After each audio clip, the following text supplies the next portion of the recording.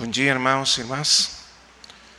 Somos tão gratos ao Senhor pelos dias que Ele tem nos concedido para estar aos seus pés ouvindo a sua palavra. O Senhor tem nos enriquecido muito nesses dias ouvindo. Que o Senhor também nos conceda graças de guardar a sua palavra no coração, de meditar nela e também obedecê-la nos dias a seguir. O Senhor nos ajude.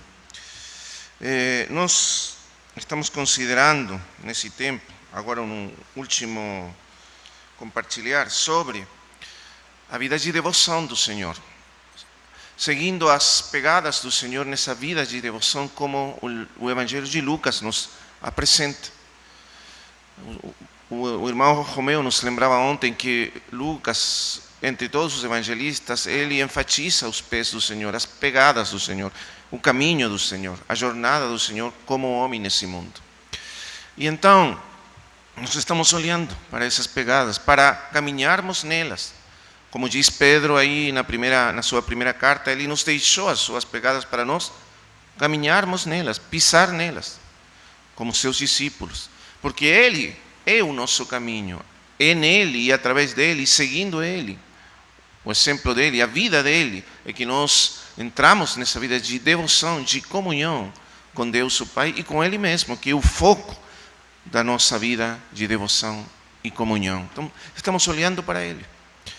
Então, gostaria que nós passássemos agora a considerar as 5 últimas pegadas do Senhor na sua vida de devoção. Nos dias anteriores, ontem nós vimos 5 pegadas, as primeiras 5, e hoje, pela graça de Deus, nós vamos olhar para as últimas 5.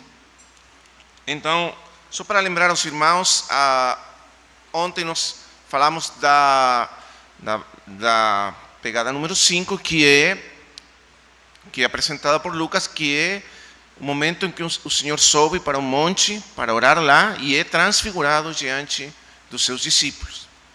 Os irmãos lembram disso? Então, os discípulos contemplam o Senhor transfigurado na glória. As vestes dele se tornam brancas como neve, ou como um sol brilhante.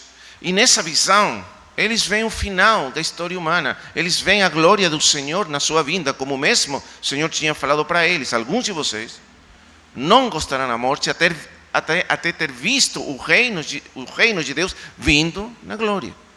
E então, 7 dias depois, ele se transfigurou diante de 3 deles. Então, eles viram a glória do Senhor na sua vinda. E Pedro, lembra disso na sua carta. Nós vimos o poder e a vinda do Senhor no Monte Santo, quando vimos ele transfigurado na glória.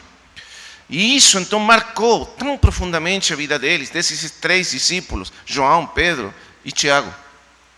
Eles viram então o destino deles mesmos. Nós somos chamados a caminhar com o Senhor nessa vida de devoção, de seguimento, até sermos transformados de glória em glória, para um dia participar dessa transfiguração gloriosa. Porque, como diz a Escritura, nós também estamos sendo transfigurados interiormente, primeiro pelo Espírito Santo de Deus, na contemplação da face, de glória em glória, da face do Senhor Jesus Cristo, até um dia nós sermos totalmente transfigurados na glória sua. Então, essa é a nossa jornada de seguimento, de devoção ao Senhor. É para lá que nós estamos indo, pela graça de Deus, pelo poder de Deus. Esse é o caminho que nós estamos seguindo, o caminho para a glória. Porém, nesse ponto, acontece uma grande, vamos dizer assim, um ponto de inflexão na vida do Senhor.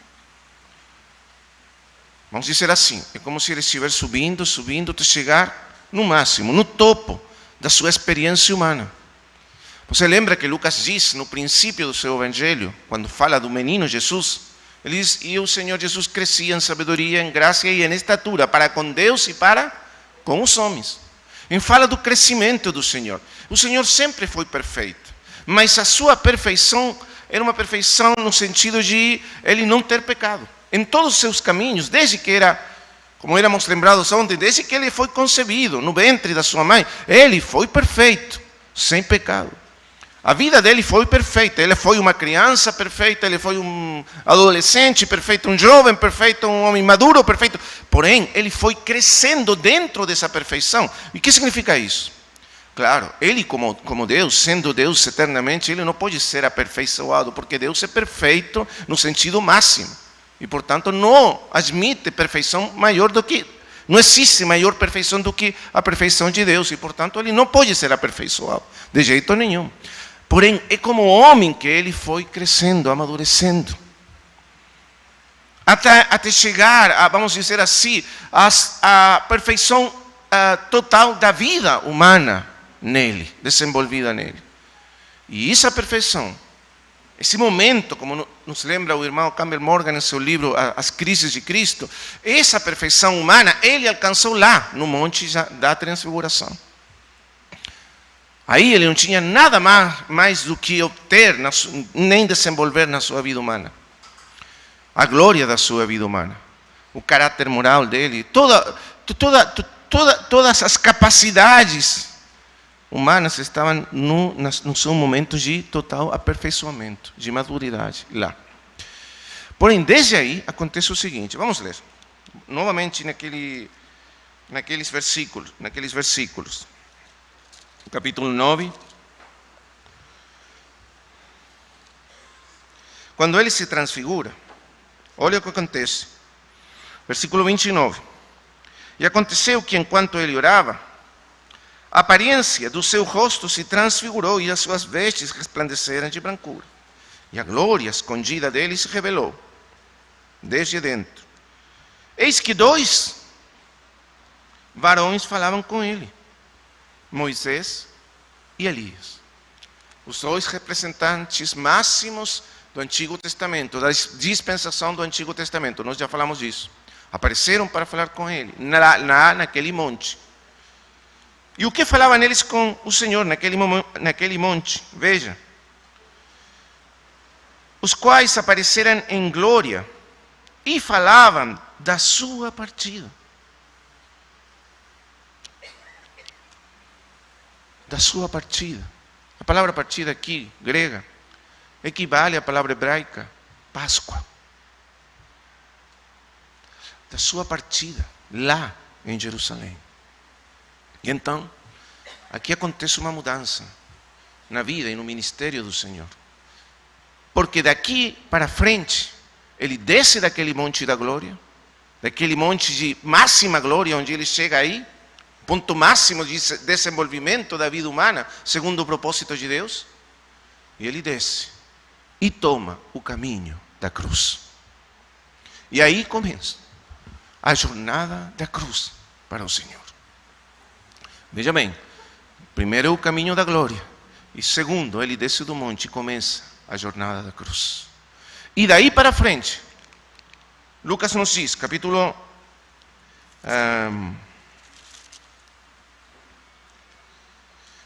9, mesmo capítulo 9, no versículo 51, Lucas nos diz: e aconteceu que, ao se completarem os dias em que devia ele ser assunto ao céu, manifestou no seu semblante a intrépida resolução de ir para Jerusalém. Ou, mais exatamente, ele colocou seu rosto como uma pedra, como um pedernal, para ir a Jerusalém. Por quê? Porque lá em Jerusalém, como ele diz, ele devia ser rejeitado, cuspido, maltratado, ferido e finalmente morto na cruz. Então ele começa a sua jornada da cruz. Então veja bem, nós estamos seguindo as pegadas do Senhor. E seguimos ele até a glória. Quem não quer seguir ao Senhor até a glória mesmo? Maravilha. Estamos seguindo o Senhor e chegamos lá na glória com ele. Porém, o caminho para a glória final é o caminho da cruz. E se nós queremos seguir ao Senhor e pisar nas suas pisadas, segui-lo na sua vida de devoção ascensional, então ele está nos mostrando que o caminho para chegar lá é o caminho da cruz. E daqui para frente, nós somos chamados a participar daquilo que Paulo chama na carta aos Filipenses, da comunhão dos seus padecimentos. Uma vida de devoção ao Senhor sempre é uma vida de comunhão, não apenas na glória, porém nos seus padecimentos. Lá no livro de Apocalipse, capítulo 14, temos a visão, o Cordeiro de pé sobre o monte de Sião. E com ele tem 144.000 pessoas. Estão com ele. Essas 144.000 pessoas são o exército do Cordeiro. É a igreja militante, a igreja que cá na terra sofre, luta, batalha pelo Cordeiro. E eles são descritos no último, a última descrição deles, a última linha de descrição diz: estes são os que seguem o Cordeiro por onde quer que ele vá. Está vendo? Agora, se você quer seguir o Cordeiro nessa vida de devoção, seguindo ele, pisando nas suas pegadas, onde ele vai? Então você vai ver que chega um momento em que ele endurece seu rosto e vai lá em Jerusalém, sabendo que lá o espera a morte, e morte de cruz. Por isso que ele fala para os discípulos, depois daquela grande revelação, quando Pedro diz para ele: tu és o Cristo, o Filho do Deus vivo, ele diz: sim, agora saiba que daqui para frente o meu caminho é o caminho da cruz. E se algum quer vir após mim, tome a sua cruz e me segue. Então, irmãos amados, aqui temos o caminho da cruz. O que o irmão Extra estava nos falando agora. Sempre o seguimento do Senhor passa pelo caminho da cruz. Você quer unir-se a Ele em tudo, participar da glória dele, então tem que segui-lo aí, por esse caminho.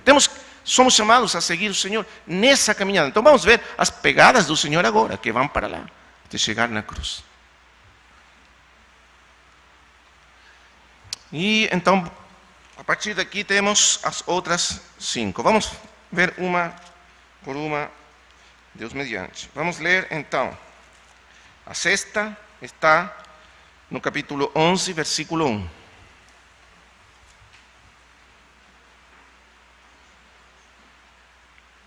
11:1.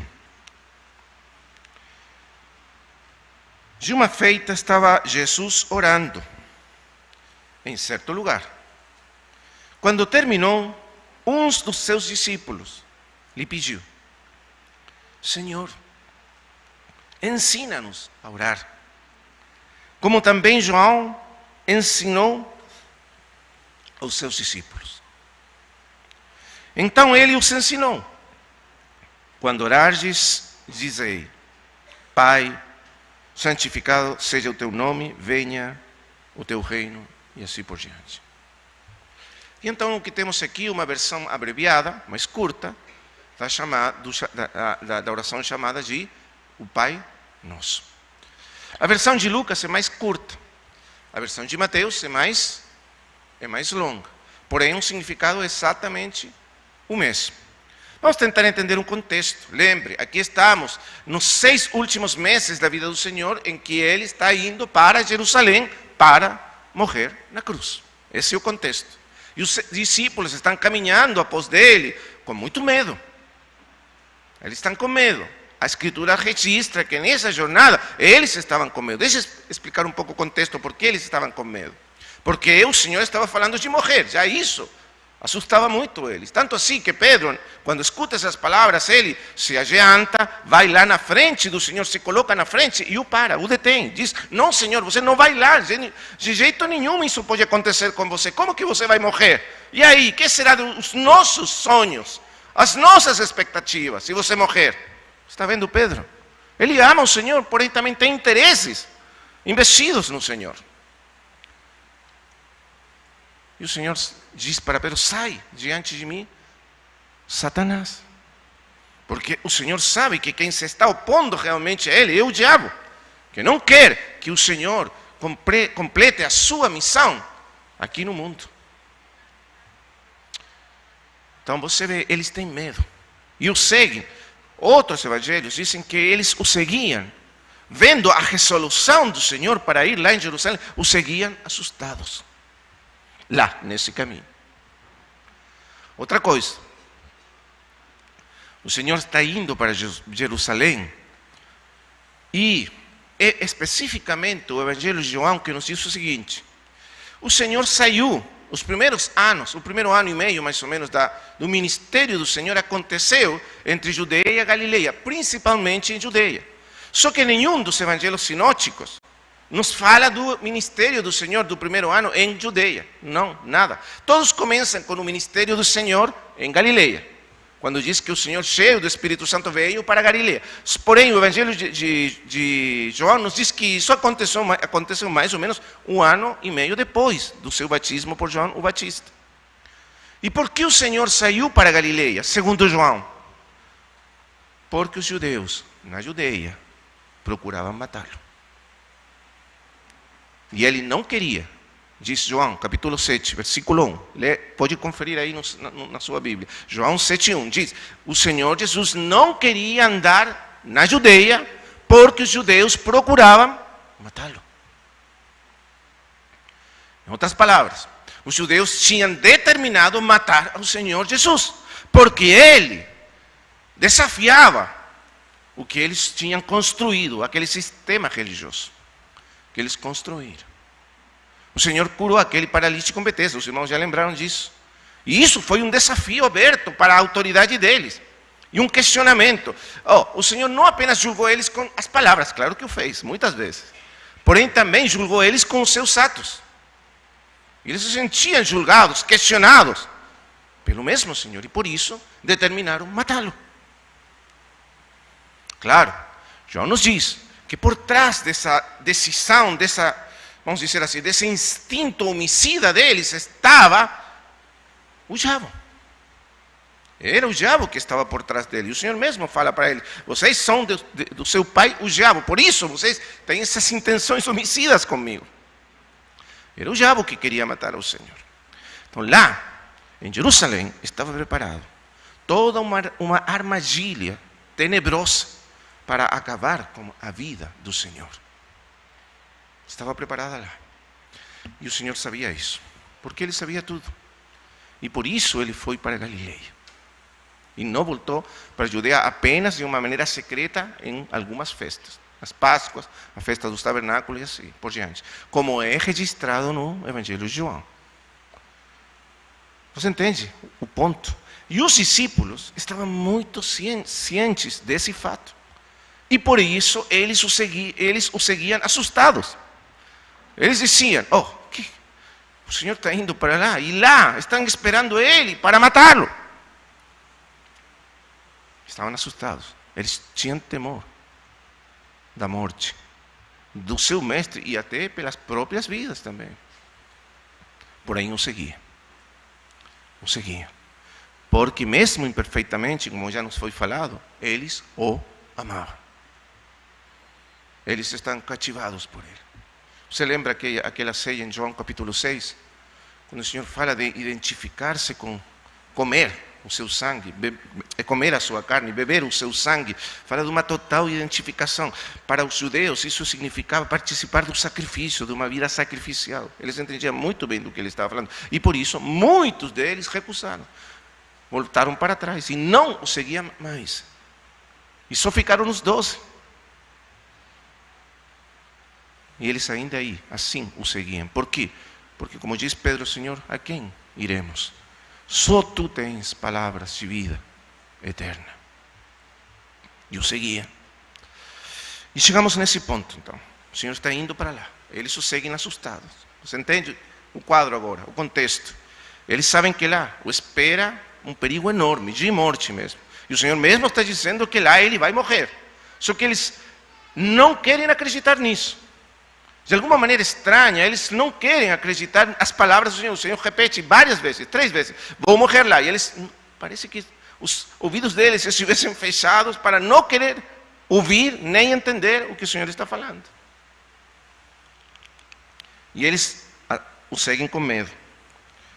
Então, chega nesse ponto, e o Senhor aqui, vamos ver um contexto específico do que acontece aqui. Eu não posso falar com certeza o que eu vou falar agora, é só uma possibilidade, se você quiser a toma ou não. Porém, você vai ver que no capítulo 10, os últimos versículos, desde o 38 ao 42, o Senhor chega em Betânia. Betânia é uma aldeia que está perto de Jerusalém. Os irmãos já sabem o que significa Betânia na vida do Senhor e, portanto, não vamos entrar no assunto. O Senhor chega lá em Betânia, e então Betânia está do lado de fora, vamos dizer assim, da face que dá para o outro lado de Jerusalém, no Monte das Oliveiras. Então, aqui está Betânia. Aqui você tem a monte, do outro lado você sobe, desce e, cruzando o ribeiro do Cedrão, aí você entra em Jerusalém. E o Senhor chega em Betânia. E aí é muito interessante, está aquela cena tão bonita, tão maravilhosa, quando ele se assenta e entra na casa de Maria e de Marta, e Marta está agitada, fazendo tanta coisa, trabalhando, servindo, preparando a comida, tanta coisa, né? E os discípulos se assentam aí, sentam ao redor do Senhor, e o Senhor começa a falar. E todos ouvindo. E Maria, a irmã de Marta e de Lázaro, ela senta aos pés do Senhor e começa a ouvir o que o Senhor tem a dizer, lá em Betânia.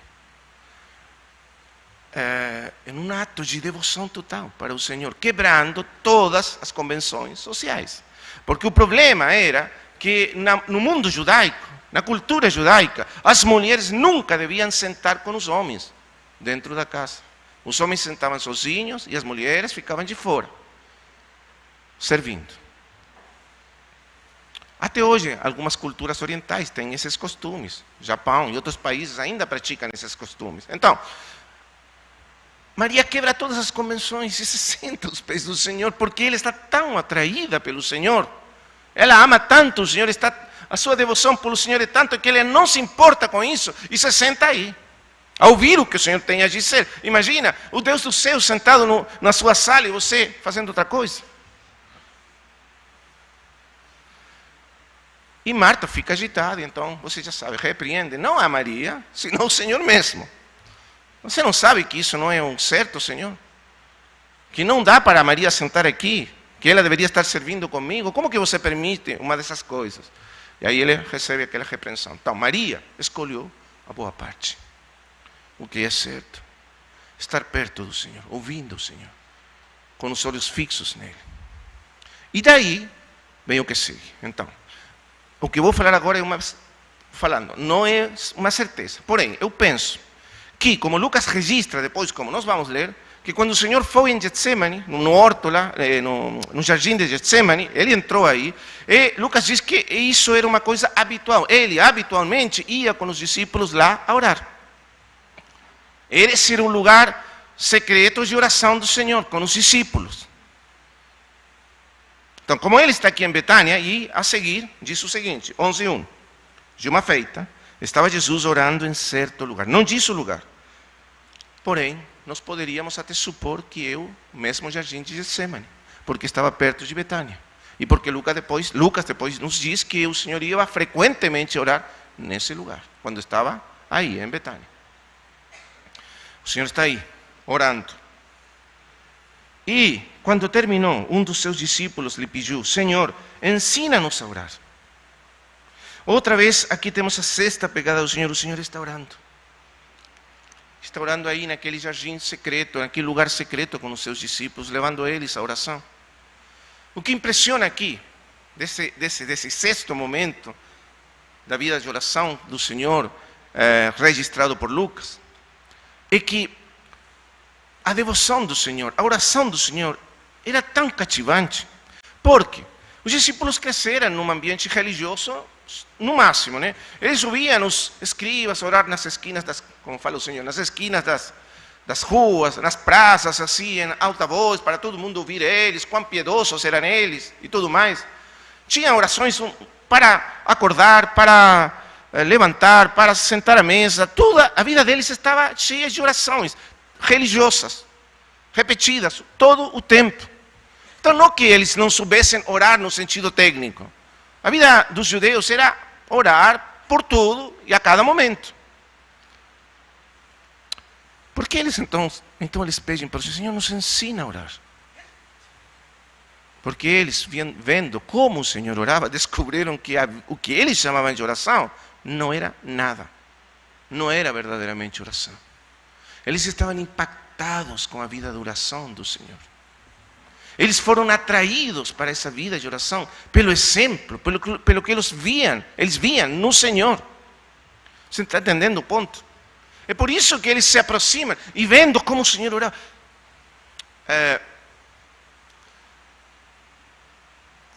Como os olhos do Senhor brilhavam quando falava com o Pai e do Pai. Sim, os judeus falavam de Deus, porém era uma coisa que não tocava nada neles. Quando o Senhor falava com Deus, com certeza eu penso que espiritualmente era como se um resplandor o rodeara.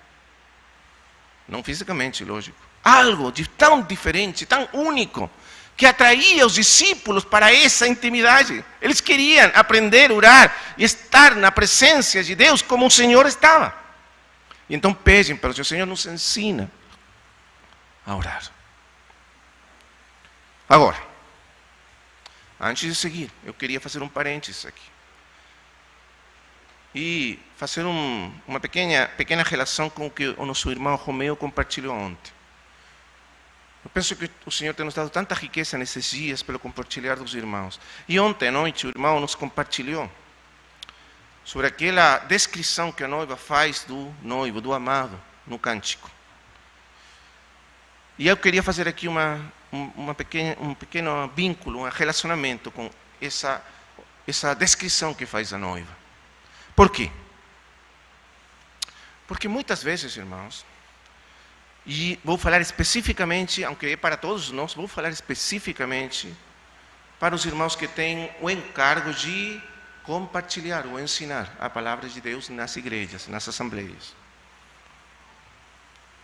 Muitas das vezes, claro, pelo encargo que temos do Senhor, pela responsabilidade, as pessoas que temos essa responsabilidade ficamos exigindo dos irmãos. Por exemplo, irmão, nós temos que amar o Senhor, temos que sermos devotados ao Senhor, temos que orar. E exigimos muito, colocamos uma carga muito pesada nos ombros dos irmãos de amar ao Senhor. Não estou falando de nada que foi falado nesses dias, estou falando em geral, o que já vi no passo dos anos. Muita exigência. Às vezes gostamos de parecermos assim, esses profetas do Velho Testamento, chamando o povo e exigindo. Porém, tem um porém. Veja o que acontece no Cântico dos Cânticos. As filhas de Jerusalém, a esposa, a noiva, sai desesperada pelas ruas, buscando o amado. Ela o busca pelas praças, o busca pelas ruas e não o acha. Está desesperada por achar ele. E ela é encontrada pelas filhas de Jerusalém. E elas perguntam, o que você está buscando? E ela, estou buscando, meu amado. Se vocês ouviram por aí, por favor, me fala onde ele está, porque eu estou desesperada por achá-lo. Porque eu perdi ele. Você já sabe, o irmão Romeu nos explicou por quê. Ela perdeu. E olha a resposta das filhas de Jerusalém. As filhas de Jerusalém são os irmãos mais imaduros, que não têm um relacionamento tão profundo com o Senhor, como já nos foi explicado. O que eu queria colocar é o seguinte. As filhas de Jerusalém perguntam para ela, o que é o teu amado? Por quê? Elas ficam meio impressionadas. Por que você busca ele com tanto desespero? Por que ele é tão amado por você? O que tem ele? É isso. O que é o teu amado mais do que outro amado? Para que assim o procures. E elas falam o seguinte, por favor, conta para nós o que é o teu amado, para que assim o busquemos contigo. Então é isso, irmãos. Para nós que temos essa responsabilidade, como nós lograremos que os irmãos amem e queiram amar e buscar ao Senhor? Não exigindo deles, porém mostrando quão precioso é o nosso amado. Então a noiva começa a falar, meu amado, e começa a descrever ele. E é na descrição do amado, da beleza do amado, da formosura do seu amado, que as filhas ficam atraídas, cativadas pelo amado dela. Será que nós, irmãos, estou falando outra vez para os que temos essa responsabilidade, temos apresentado ao Senhor de uma maneira que os irmãos queiram amá-lo, queiram buscá-lo? desejem encontrá-lo. Não exigindo, irmão, você tem que amar o Senhor, você está em dívida, Não. Será que nós, quando falamos dele, os nossos olhos brilham? Será que quando falamos dele, as pessoas são cativadas pelo que falamos dele? Os nossos pregadores deveríamos falar mais dele. Mais dele. Quanto mais falamos dele, mais amor produzimos no coração daqueles que ouvem a palavra de Deus. Lucas diz assim, o que ele diz que ele diligentemente, ele diz, eu vou fazer a tradução da minha Bíblia em espanhol, posto que já muitos procuraram pôr por escrito as coisas que entre nós foram muito, muito evidentes, pareceu-me também a mim, amado Teófilo, escrevi-las por ordem, pesquisar, depois de ter pesquisado todas elas desde a sua origem, colocá-las por ordem, escrevê-las por ordem, excelentíssimo Teófilo, para que tu também saibas a verdade das coisas que foram escritas. Porém, ele acrescenta isto, Lucas diz, aquelas coisas, tal como foram contadas para nós, por aqueles que houveram desde o princípio, e foram testemunhos dele, e foram ministros. Presta atenção aqui, da sua palavra. Sabe o que é ser um ministro da palavra do Senhor? É falar daquele que nós vimos com os nossos olhos. Isso é. O que é o teu amado? Eu vou falar, diz ele. O meu amado. E começa a descrever ele. Esse é o nosso ministério, irmãos amados. É isso em que consiste o ministério da palavra de Deus. Fazer com que o nosso amado seja amado por todos, dando a conhecer a beleza, a formosura dele para todos. Um irmão muito conhecido por nós, chamado de Santo Agostinho, ou Agostinho, como você quiser, ele escreveu o seguinte, lá pelo século V, ele escreveu assim, te conhecer é te amar. É impossível te conhecer e não te amar. ¿Sabe por que nós não amamos ao Senhor como deveríamos? Porque não o conhecemos como deveríamos. ¿Sabe por que os discípulos amavam ao Senhor como amaram? Não porque eles eram cheios de amor por Ele, ou alguma característica deles. É porque eles o conheceram. E como o conheceram, foi impossível para eles não amá-lo. Então, o maior ministério da palavra é que as pessoas possam, por nosso intermédio, de uma maneira tão imperfeita às vezes, tão pequenina, porém, como fala o querido irmão A.W. Tozer, o meu fogo, ele disse assim, o meu fogo é muito pequeno, a minha chama é muito pequena, porém, é verdadeira. E eu queria que vocês, pelo menos, fossem esquentados por ele. Então, aunque seja pequena a nossa chama, ainda que o nosso conhecimento dele seja pequeno, pelo menos que seja verdadeiro, para que outros possam encontrar ao nosso amado, ouvindo de nós a descrição que nós fazemos dele. Amém? Então, vamos fechar o parênteses e vamos lá para capítulo 11, versículo 2. O Senhor ensina então para eles a orar. E aqui nós temos a chamada oração do Pai Nosso. E essa oração, irmão, que tem sido tantas vezes repetida até se tornar uma repetição vazia na boca de tantos chamados cristãos na história da igreja. Essa oração tem uma riqueza, uma profundeza, porque nessa oração o Senhor ensina a oração dele aos discípulos. Presta atenção, eles veem o Senhor orando, e eles pedem para o Senhor nos ensina a orar. E o Senhor ensina a oração dele para os seus discípulos. Essa é a oração que o Senhor compartilha dele para os discípulos. Quer dizer, nessa oração, a exceção de uma linha, que vamos explicar por quê, a exceção de uma linha dessa oração, tudo que essa oração contém é a maneira, é o conteúdo da oração mesma, íntima, do Senhor Jesus Cristo com o Pai. E Ele passou para nós a sua oração. Entende? nos ensina a orar. Então vamos estudar rapidamente, porque não temos muito tempo, desde essa perspectiva, o conteúdo dessa oração do Senhor, rapidamente. E eu gostaria que pudéssemos ir para a versão mais longa, que está em Mateus. Mateus 6, 9. Daí para frente, daí em diante. Portanto, vós orareis assim: Pai nosso que estás no céu, santificado seja o teu nome, venha o teu reino, faça-se a tua vontade, assim na terra como no céu. O pão nosso de cada dia dá-nos hoje, e perdoa-nos as nossas dívidas, assim como nós temos perdoado aos nossos devedores. E não nos deixes cair em tentação, mas livra-nos do mal. E aí está a oração completa. Essa oração, aqui no livro de Mateus, se encontra no centro do chamado Sermão do Monte, praticamente na metade do sermão. Por quê? Porque você vai ver que a ênfase de Mateus é que a nossa vida pública, a nossa conduta, o que nós somos nos nossos atos, nas nossas obras, publicamente, é o resultado sempre da nossa vida íntima com Deus, no quarto privado da oração. E por isso, no centro está essa oração, no ensino de Mateus.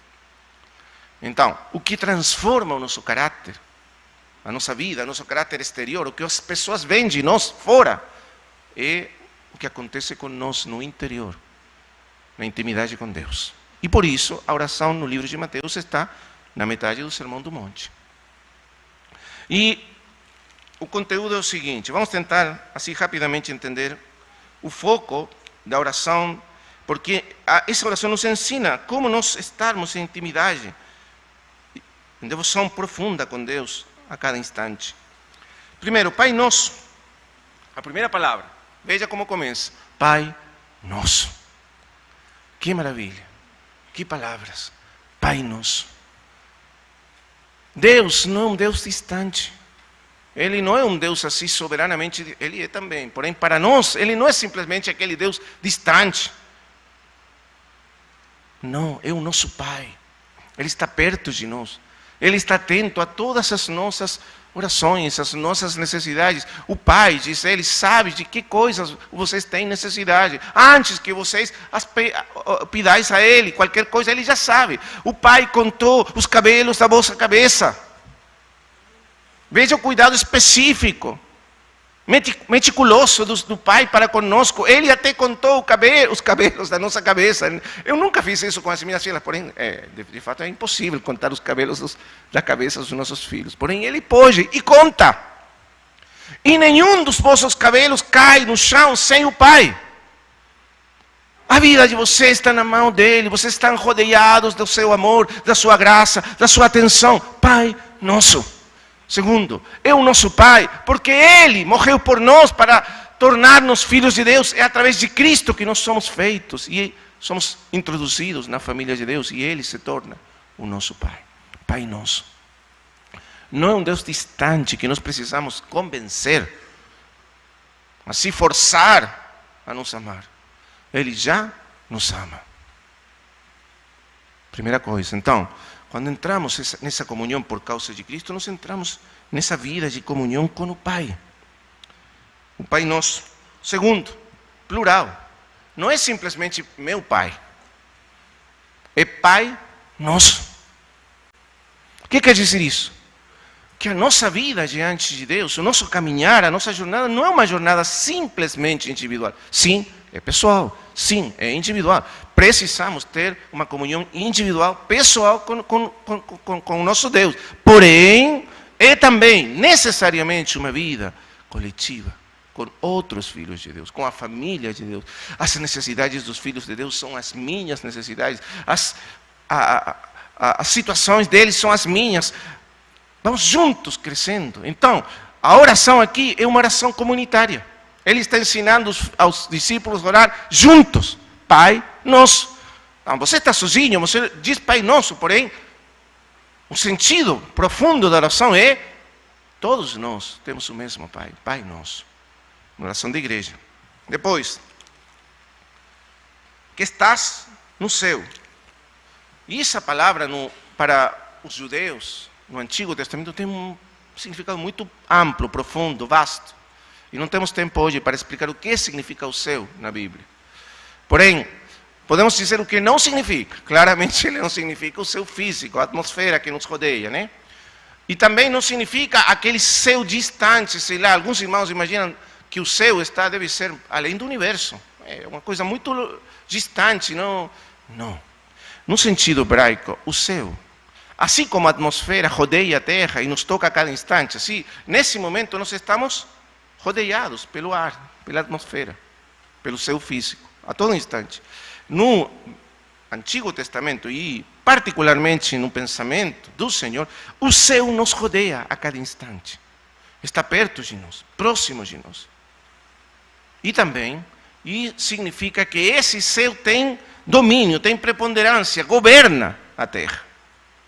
Então, quando nós dizemos que estás no céu, estamos reconhecendo primeiro a sua presença, a sua proximidade, porém também a sua autoridade, a sua supremacia sobre toda a nossa vida. Nós não podemos aproximar-nos de Deus, nos ensina o Senhor, se não reconhecemos primeiro a primacia, a supremacia dele nas nossas vidas. O céu governa. Como o Egito aí, para aquele rei pagão, Nabucodonosor. Você tem que reconhecer, diz Daniel, que o céu governa a terra. Então, reconhecemos isso. É isso que o Filho de Deus reconhecia sobre tudo. O governo. A primacia do céu sobre a terra.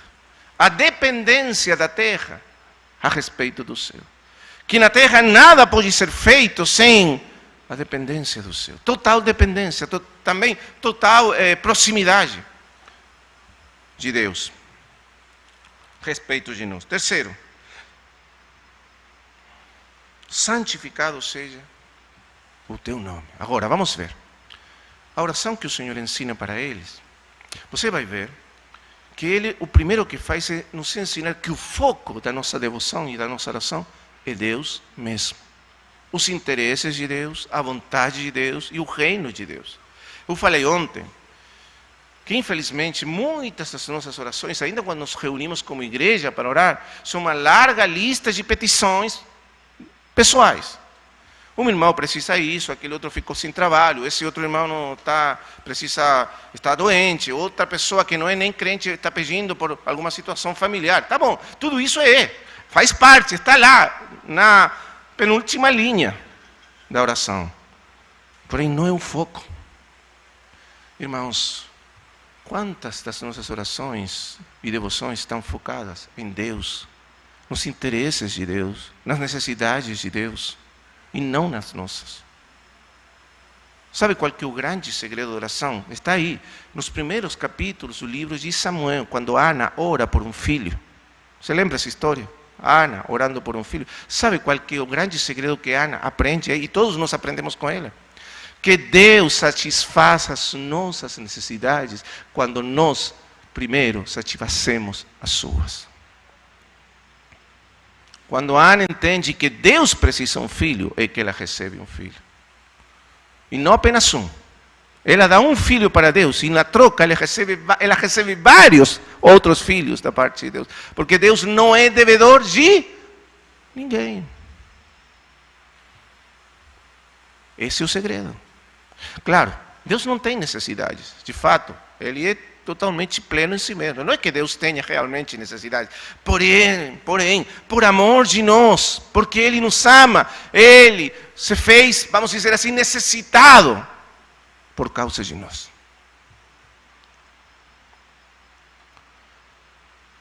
Meus amados, quantas das nossas orações realmente têm como foco Ele mesmo? A sua grandeza. Então, veja bem, Pai nosso, sim, Ele é o nosso Pai. Ele está atento às nossas necessidades. Ele nos recebeu como filhos. No Filho, nos ama, nos aceita totalmente, nos ama tanto quanto ama o seu Filho amado. Você já pensou nisso? O amor que o Pai tem para conosco é o mesmo, da mesma qualidade que tem para com seu Filho amado. Porque nós fomos aceitos no Filho, eternamente, diante dEle. E somos amados não por causa dos nossos méritos, os nossos logros, a nossa fidelidade, a nossa piedade, não, nada disso, nem a nossa devoção nos faz mais amados para Deus. Ele nos ama porque Ele nos recebeu como filhos amados no Filho, e isso é para sempre. Pai nosso, mas veja o foco: santificado, que estás no céu. A primazia dele sobre nós, a primazia dos seus interesses sobre os nossos, a primazia da sua vontade sobre a nossa, a primazia do seu reino sobre o nosso pequeno reino pessoal. Você está entendendo? O Senhor está ensinando-nos a ter uma vida devotada para com Deus. A sua vida era assim na terra. Ele que vivia e orava assim diante do Pai. E logo diz: santificado seja o teu nome. Que palavras maravilhosas. O que quer dizer isso, santificado? Será que o nome de Deus precisa que nós acrescentemos santidade nele? Ou será que ele precisa ser mais santo do que ele é? Não. Não.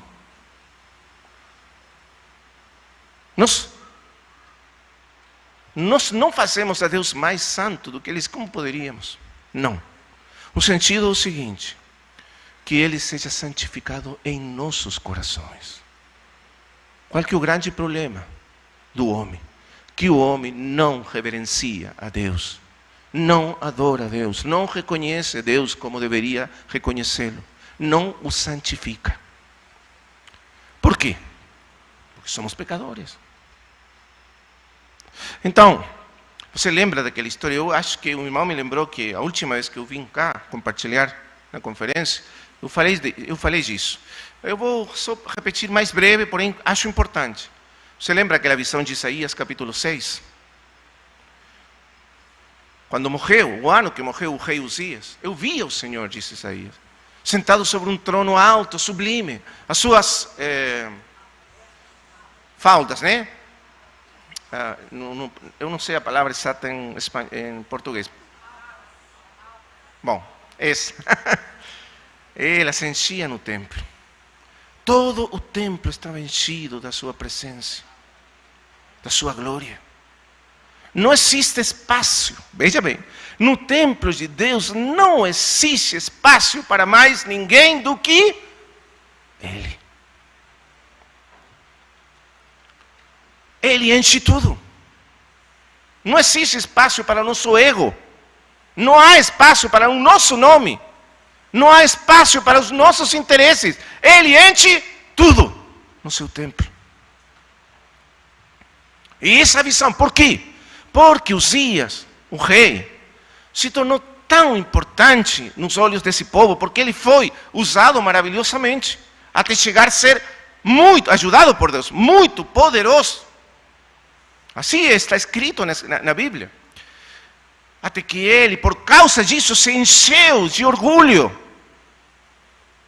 E entrou no templo de Deus para usurpar a função dos sacerdotes, no seu orgulho.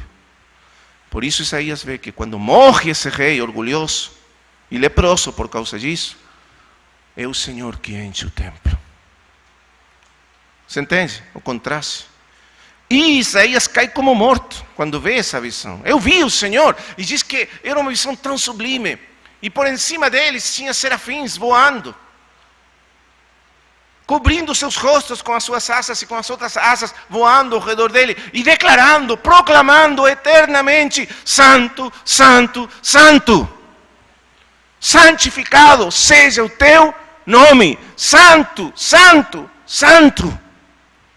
É o Senhor Deus Todo-Poderoso. Toda a terra, não apenas o templo, não apenas esse templo, toda a terra, todo o universo está cheio da sua glória. Porém, o homem está cego e não vê a glória do Senhor, nem a reconhece, nem o adora e nem o santifica. Ele enche tudo. A glória dele enche tudo. Porém, os homens não reconhecem essa glória, não veem a glória dele. E o seu nome não é reconhecido. O seu nome não é amado. O seu nome não é santificado. A palavra serafim no hebraico significa ser de fogo. Ser de fogo. O que quer dizer isso? Eles são um fogo ardente de amor pelo nome de Deus. A existência deles, desses seres, tem um propósito apenas. Sabe qual é? Amar a Deus para sempre. Contemplar a Deus para sempre. Por isso eles estão cheios de olhos, por todas partes.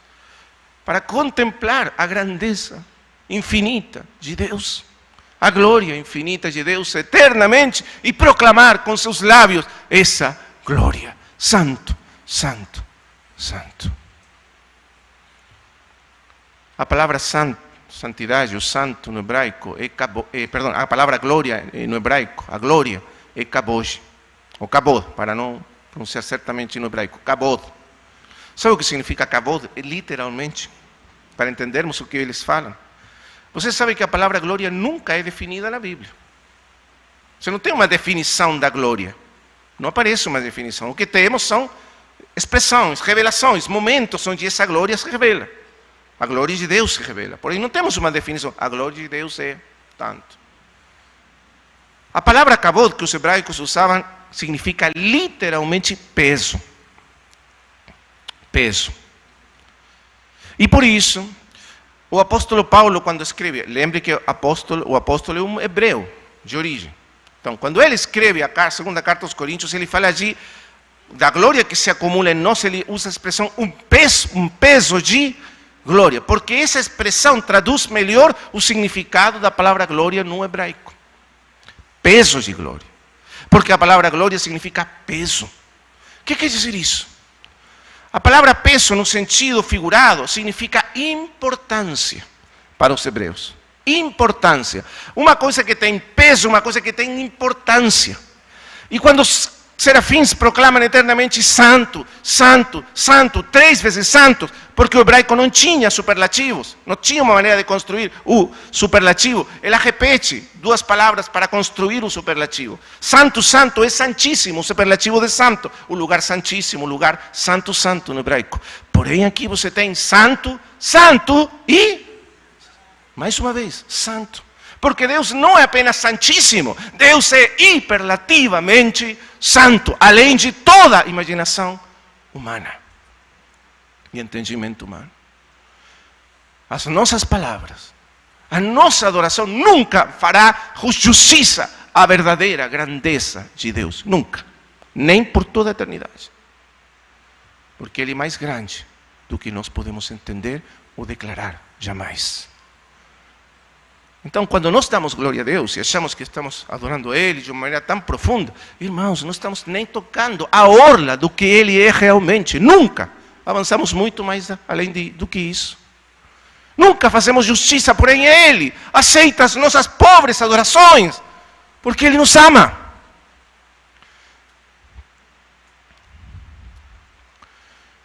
Peso significa importância.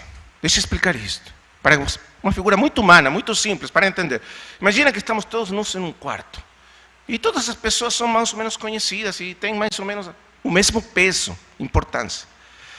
Porém, se em algum momento entrar aí, vamos supor, o presidente da República do Brasil, o que aconteceria imediatamente com todas as pessoas?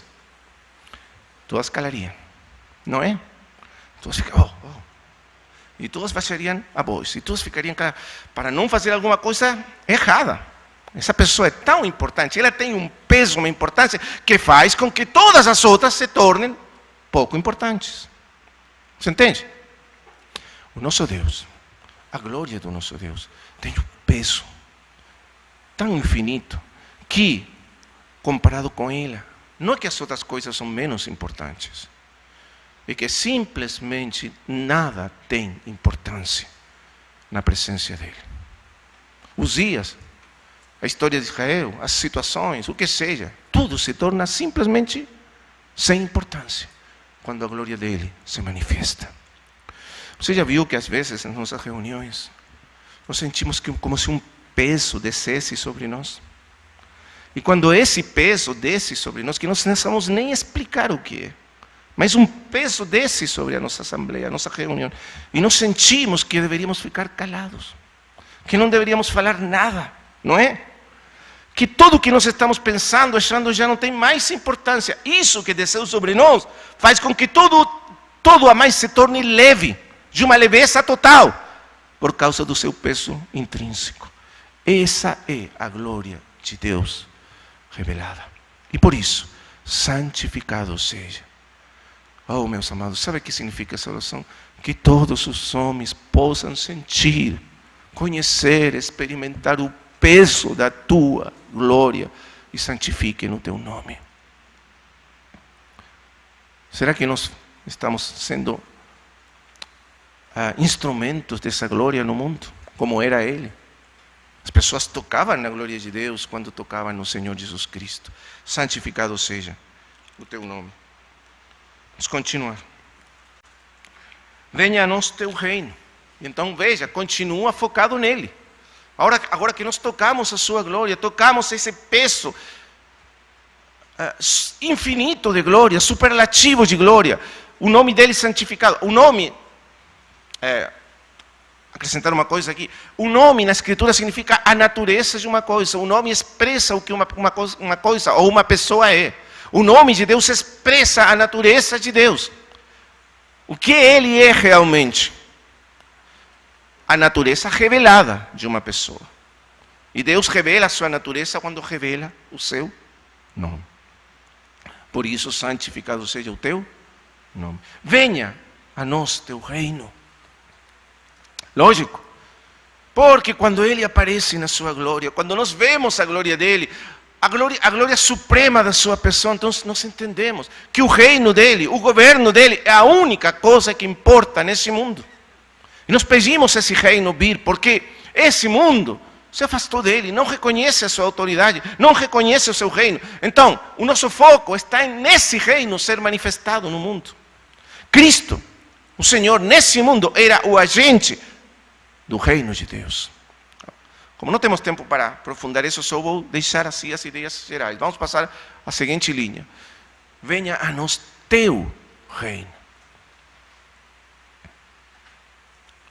Isso também entra em conflito, como vamos ver mais para frente, com o reino e o domínio das trevas. Nós estamos pedindo literalmente que esse domínio das trevas do mundo seja totalmente jogado fora e no seu lugar se estabeleça o reino de Deus, no coração das pessoas e na história do mundo. E depois, veja, até agora não pedimos nada por nós. O foco não somos nós. O foco é Deus, é Ele, a sua glória, o seu nome, o seu reino. E logo, continua, seja feita a tua vontade. Irmãos, como o irmão Romeu nos lembrava ontem, a devoção total do Senhor, da vida do Senhor, foi a vontade do Pai. Vamos ver isso mais para frente novamente. A sua vontade.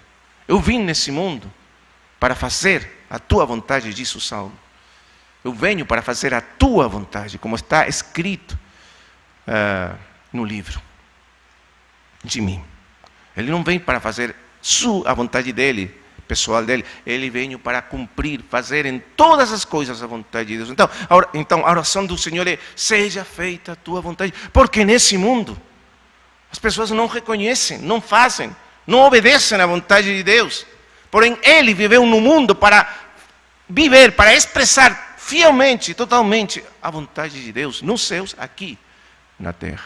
Quando isso acontecer, o céu desce e opera e obra na história da terra. Toca a terra. Esse é o grande segredo. Que a vontade dele opere na terra através da nossa cooperação, na comunhão e na oração. Até agora, não pedimos por nada de nós. Agora, claro, para pedir pela vontade de Deus, porque aqui o Senhor está fazendo um resumo, nós precisamos conhecer essa vontade. E por isso nós falamos ontem da importância de ouvir, de estarmos atentos, entender o que Ele quer, o que Ele deseja, a vontade dEle, para ser feita aqui na terra. Depois, continua.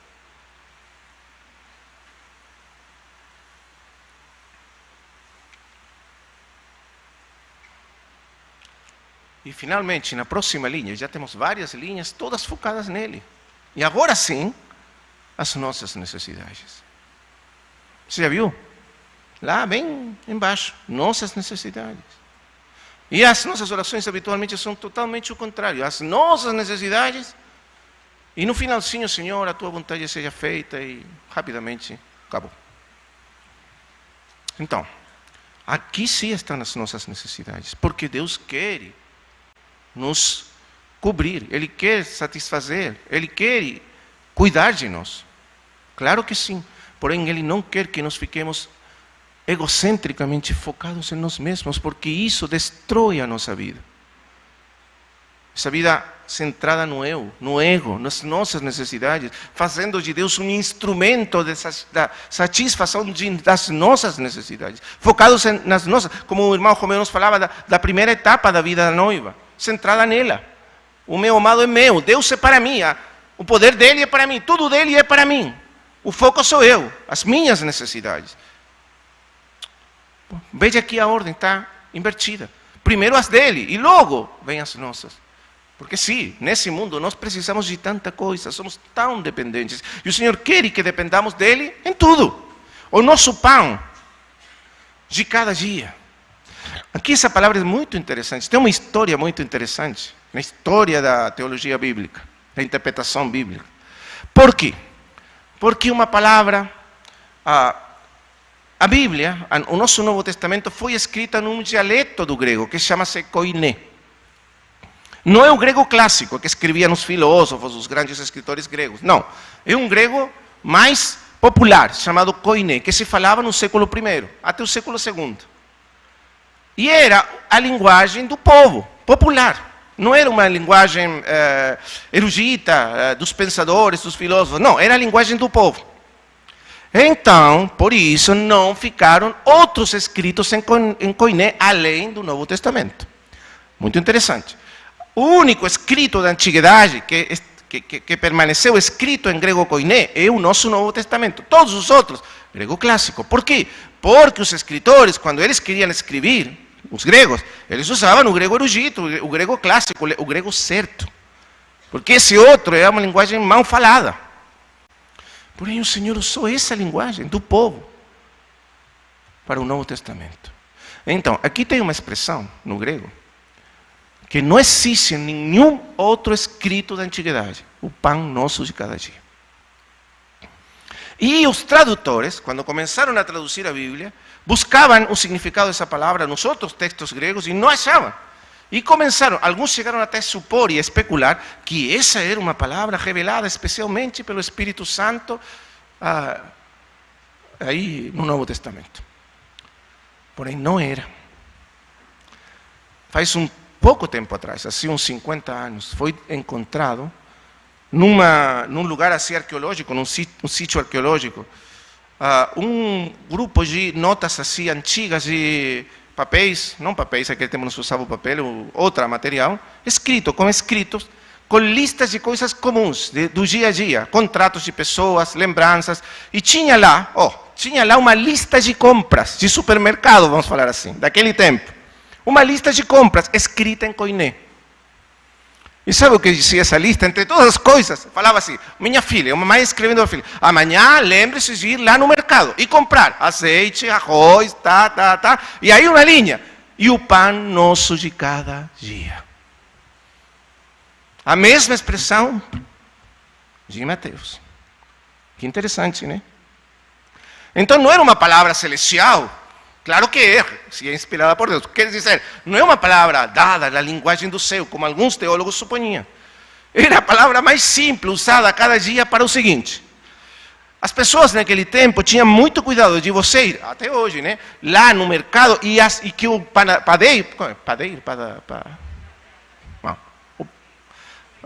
padeiro, né? Aí tá. O padeiro não vendesse para eles o pão do dia anterior. O sentido é, não compre o pão do dia anterior, está duro, está velho. Compre o pão de hoje, fresco. Esse é o significado. E por que tão importante? Porque quer dizer que Deus cuida a cada dia das nossas vidas.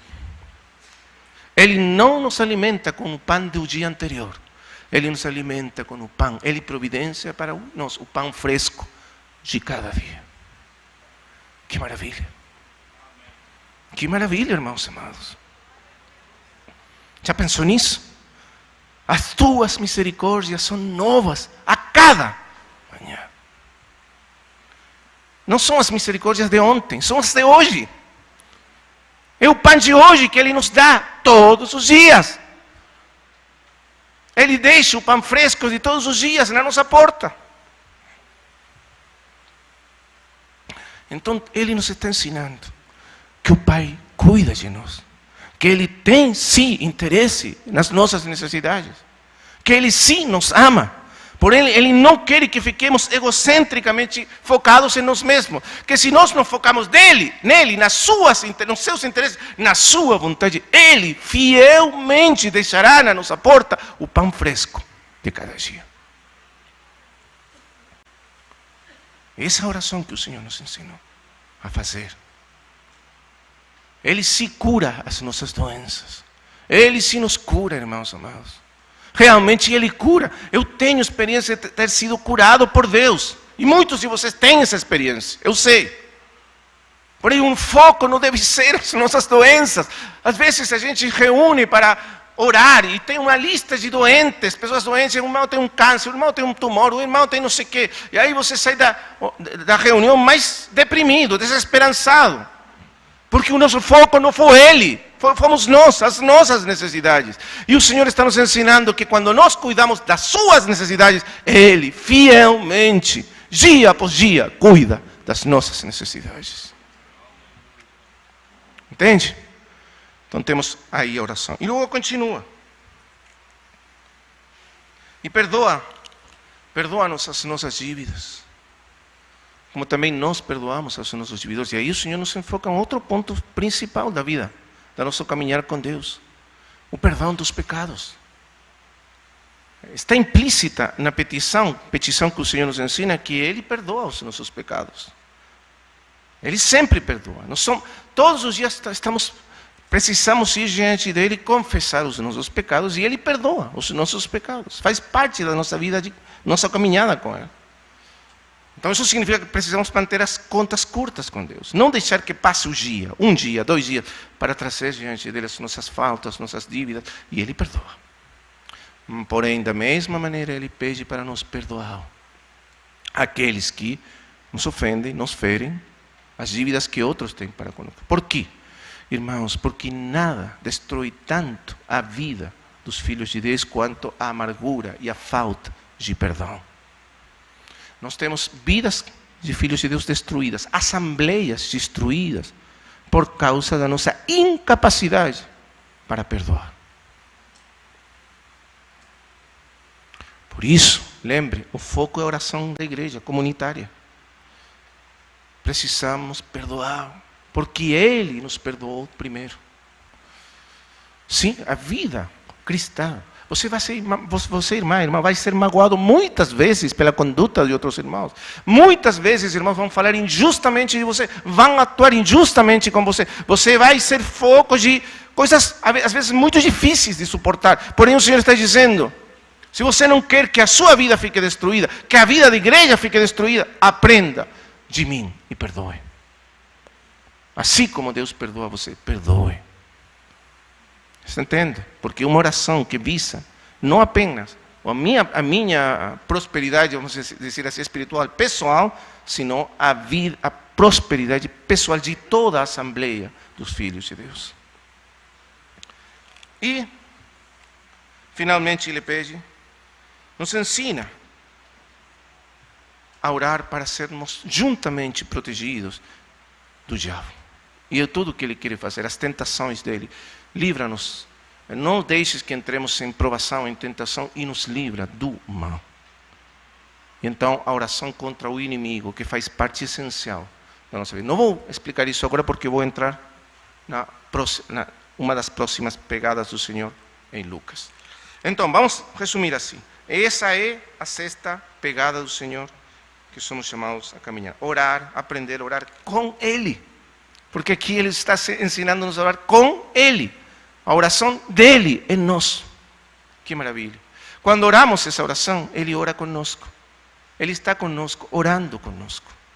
Sempre. Senhor, nos ensina a orar. Vamos continuar. Sétima pegada do Senhor. Justamente tem a ver com o que nós falamos. A última linha da oração. Livra-nos do mal. Ou literalmente, como algumas traduções traduzem melhor, livra-nos do maligno, do diabo. E as suas armadilhas, e os seus enganos, as suas tentações. Vamos ver então. Lucas 22, 31. Sétima pegada.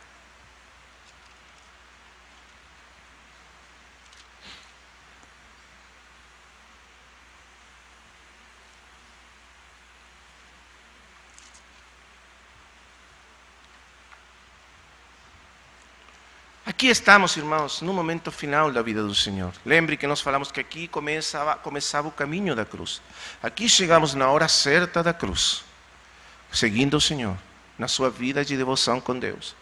Aqui chegamos na hora da cruz mesmo, a hora imediatamente anterior à cruz. É o momento chamada a última ceia do Senhor com os seus discípulos, que o Evangelho de João registra como aquele discurso do cenáculo, onde o Senhor falou tantas coisas profundas para os seus discípulos, lá no João capítulo 13 até o 17. Então, aqui estamos nesse momento, nesse contexto. O Senhor preparando aos discípulos para a separação iminente. E o que eles vão experimentar de maneira iminente. Porque eles vão ser abalados até a última fibra do seu ser, por o que vai acontecer essa noite. A fé deles vai ser sacudida até o fundo. Você entende o que estamos falando? E por isso o Senhor prepara eles para o que vem. Eles vão ver o Senhor sendo rejeitado, cupido. Aquilo que eles nem conseguiam acreditar, eles não... Você viu essa atitude psicológica nossa de negar o que nós não queremos que seja real? Então eles negavam, eles não queriam aceitar o que o Senhor lhes falou tantas vezes. E negavam isso na sua mente. Só que agora chegou a hora chegou. A hora tantas vezes anunciada. Chegou a hora. O Senhor vai ser realmente tirado deles, vai ser levado pela mais espantosa experiência até a morte de cruz. E eles serão testemunhas disso. E a fé deles vai ser abalada até o máximo. E eles estão seguindo o Senhor, pisando nas suas pegadas. E se você quer seguir o Senhor, você chega nessa hora. Irmão, irmã, deixe-me falar uma coisa para você. Se você quer ser um fiel discípulo de Cristo, inevitavelmente você chegará junto com Ele na hora do abalamento. Sempre. E você precisa estar preparado para isso. Precisamos. E o Senhor preparou os discípulos. Vamos ver o que acontece aqui então. Simão, fala para Pedro. Eis que Satanás vos reclamou para vos peneirar como trigo. Para vos peneirar como trigo. Eu, porém, veja bem, até o último momento o Senhor orando pelos seus. E aqui temos a oração de intercessão do Senhor, de enfrentamento, de confrontação com o poder das trevas, por nós. E eu orei, no último momento, ele intercedeu por Pedro e por todos os seus discípulos. Eu roguei por ti, orei por ti, para que a tua fé não desfaleça. Tu, pois, quando te converteres, ou quando retornares, fortalece os teus irmãos. Claro, você já sabe a história. Pedro disse, não, Senhor, como que eu vou te... não, eu nunca te deixarei, eu nunca te negarei. O Senhor fala, não, Pedro, você vai me negar esta mesma noite, 3 vezes. Antes de o galo cantar, você vai me negar. Então, o que interessa dessa oração agora é ver o seguinte. O Senhor fala para Pedro, o diabo vos reclamou.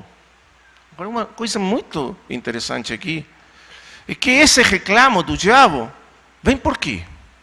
que o diabo tem direito a reclamar as nossas vidas? Em que sentido o diabo tem direito a vir e tentar as nossas vidas?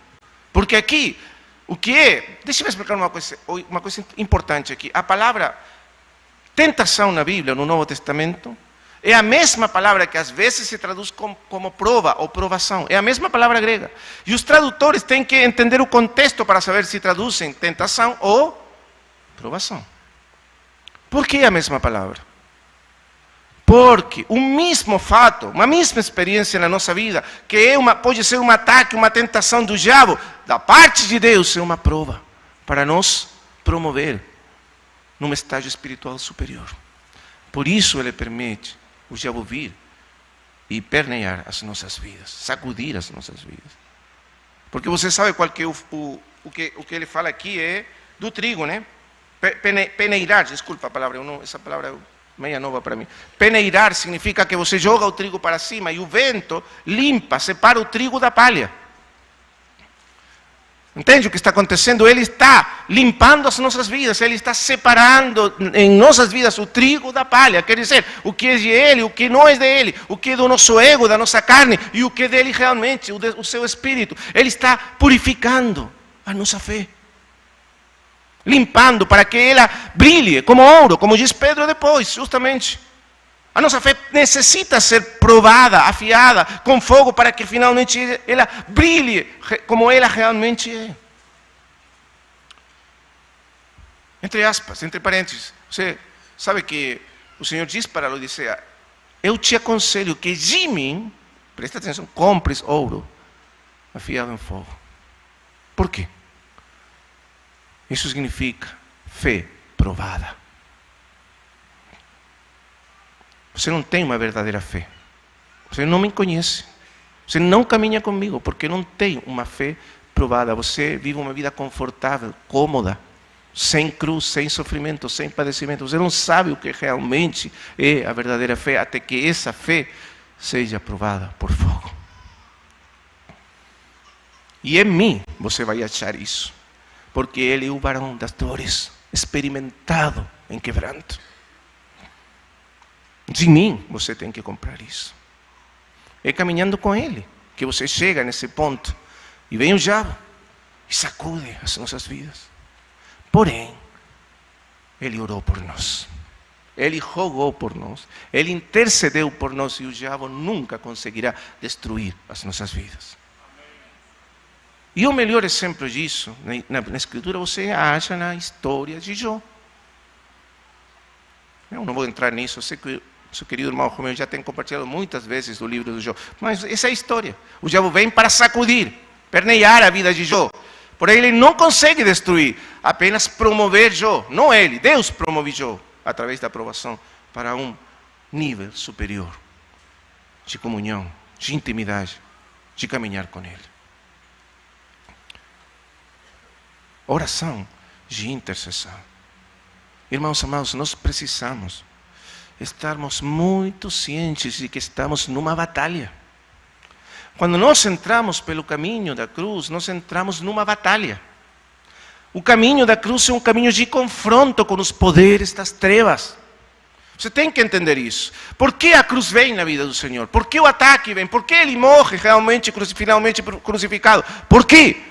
Porque o diabo vem para destruir Ele. Porém, Deus está trabalhando por encima dos conselhos das trevas para fazer a sua soberana e eterna vontade na vida dele e nas nossas vidas. E o Senhor confia totalmente na mão soberana do seu Pai sobre ele. Isso faz parte do nosso chamado. Aprender a lidar com o poder das trevas, enfrentar, confrontar, destruir as armadilhas, os conselhos do diabo nesse mundo. Então, isso faz parte da nossa vida de comunhão e devoção com Deus. O resultado é que uma vez que você volte, ajude os seus irmãos, confirme a fé dos seus irmãos. Quando nós passamos pela prova e saímos fora, fortalecidos pelo Senhor, nós somos capacitados por Deus pela mesma provação, para fortalecer a fé de outros. E isso faz uma diferença enorme. Uma fé provada é infinitamente superior em qualidade a uma fé que nunca foi provada. Amém? Muito bem. Vamos seguir. Essa era a 7, pegada do Senhor. Vamos ir para a 8ª pegada do Senhor. Estamos chegando no momento da morte do Senhor. Está no capítulo, em Lucas 22, 41 até o 44.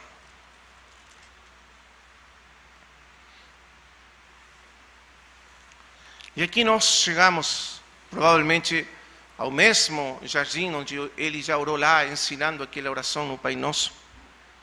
Aqui, ele volta nesse jardim na última noite, sai para ele, no jardim de Getsemane. Veja o que diz, versículo 39, então. E saindo foi como de costume, aqui então Lucas enfatiza que esse era um costume do Senhor, para o Monte das Oliveiras. E os discípulos o acompanharam. E chegando ao lugar escolhido, Jesus lhes disse: orai para que não entreis em tentação. Você vê que essas palavras do Senhor estão ligadas com o que aconteceu antes, para não serem tentados pelo diabo. Por quê? Porque sim, muitas das vezes é Deus que permite o diabo vir e nos provar dessa maneira, mas outras é nós que nos expomos. Somos expostos innecessariamente às tentações do diabo. Você entende a diferença?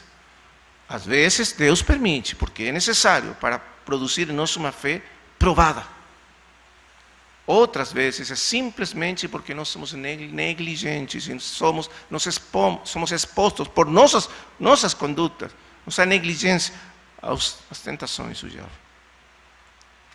Então o Senhor nos ensina aqui que a maneira de nos evitar esse ser expostos innecessariamente a essas tentações é orar e vigiar. Em outras palavras, permanecer numa comunhão constante com Deus, olhando dia após dia para a face de Deus e ouvindo a sua voz. E isso nos livra de muitas tentações innecessárias, situações innecessárias nas nossas vidas. Então, é isso que ele diz para eles: não entreis em tentação. Porém, ele está falando dele mesmo. Sempre ele fala para os discípulos a partir da experiência dele mesmo, porque eles estão pisando nas suas pegadas. É o Senhor que está a ponto de entrar na crise mais grande da sua vida, na maior crise da sua vida. O diabo, o poder das trevas, como ele mesmo diz, essa é a hora das trevas. O diabo, as trevas, vão vir sobre eles como nunca antes. Deus permitirá que essas trevas venham tentar eles de uma maneira como nunca antes foi tentado. E ele disse: e para isso, vocês precisam orar. Permanecer. Não deixar a sua comunhão com Deus. Nunca, por nada permitir que essa comunhão com Deus seja quebrada. Então, ele vai com eles a orar aí.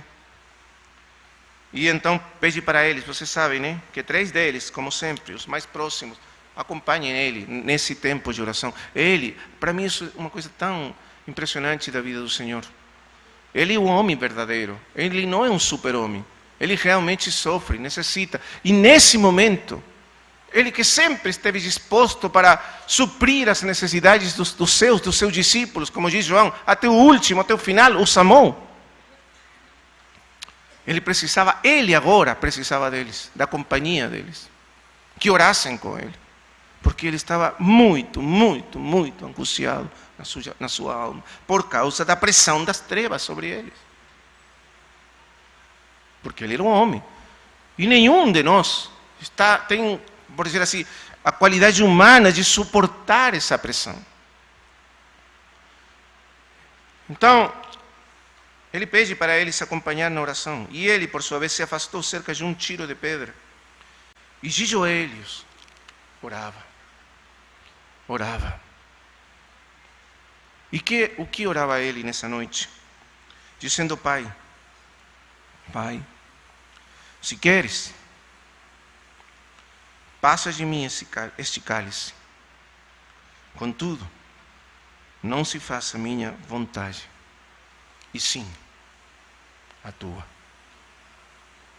E, no entanto, orava. Alguns manuscritos acrescentam, versículo 44, apareceu um anjo que o confortava, versículo 43 e 44, e estando em agonia, orava mais intensamente.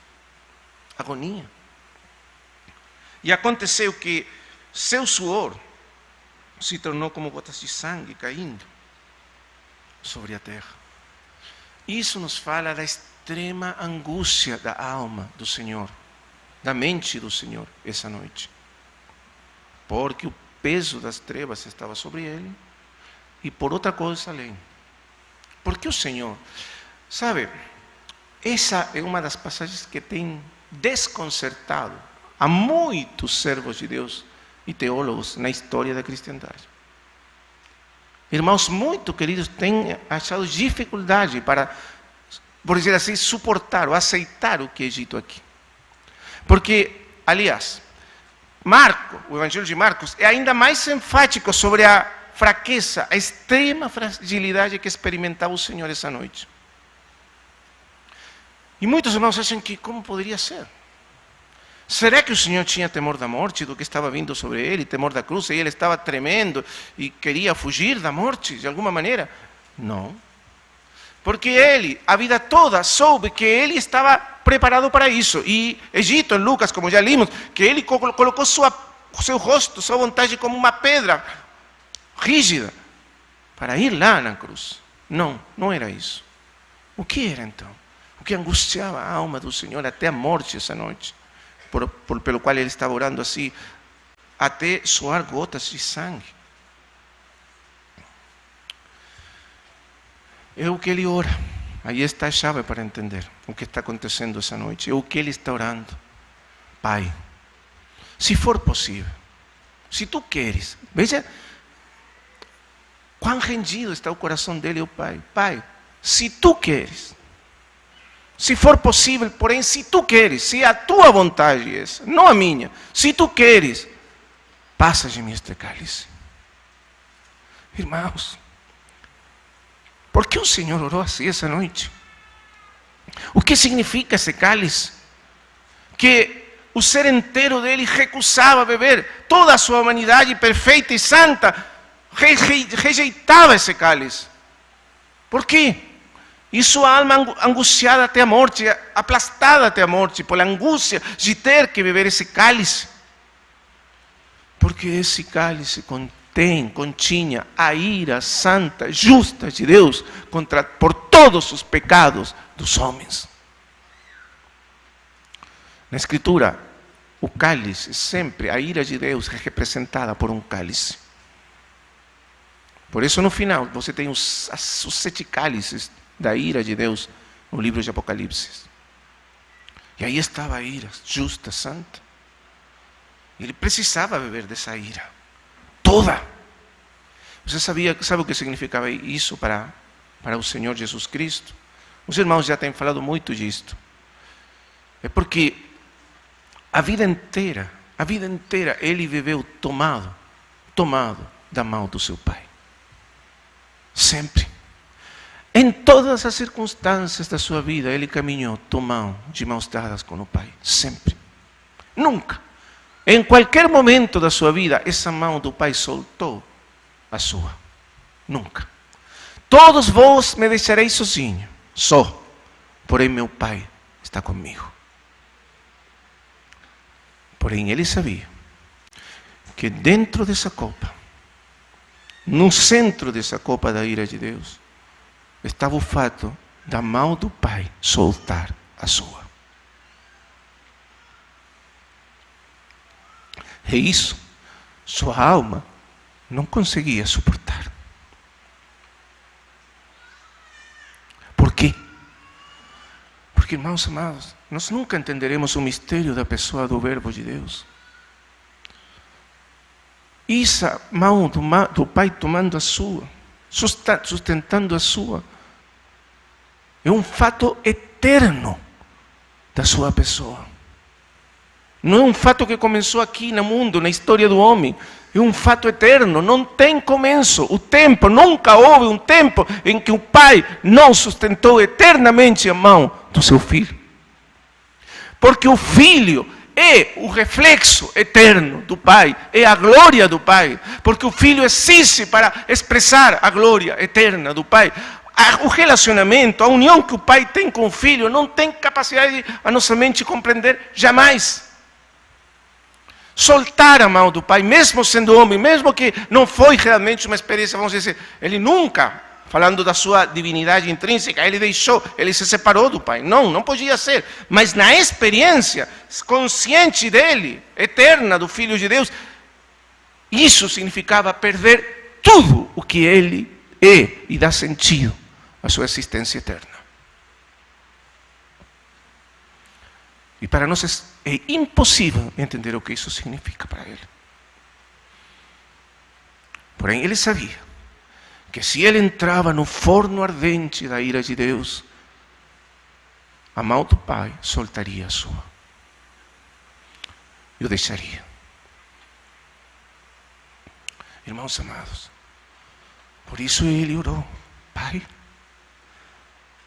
se for possível, se tu queres, passa de mim este cálice. Desde a eternidade, o Filho de Deus sabia que essa hora ia chegar. Porque ele, sendo Deus eterno com Deus, sabia que essa hora ia chegar. Ele sabia o que ia acontecer. Porém, uma coisa é saber como Deus sabe, oniscientemente tudo. E outra coisa é estar aí, abandonado, sozinho. Deus, como diz, é dito que quando Martinho Lutero estava traduzindo a sua Bíblia no alemão, para o alemão, do grego para o alemão, a Bíblia de Lutero, ele chegou nessa passagem e começou a traduzir. E os estudantes dele, que estavam aí ao redor dele, dizem que ele ficou calado, como se estivesse fora do mundo, por meia hora, sem falar. A mirada perdida. E quando ele voltou em si, ele disse para os estudantes: mistério incompreensível. Deus abandonado por Deus. Deus abandonado por Deus. Deus sendo abandonado por nós. Porque quando ele entrou no forno da ira de Deus, e na sua mão direita, vamos dizer assim, figurativamente, ele tinha a mão do Pai, e na sua outra mão ele tinha a nossa mão.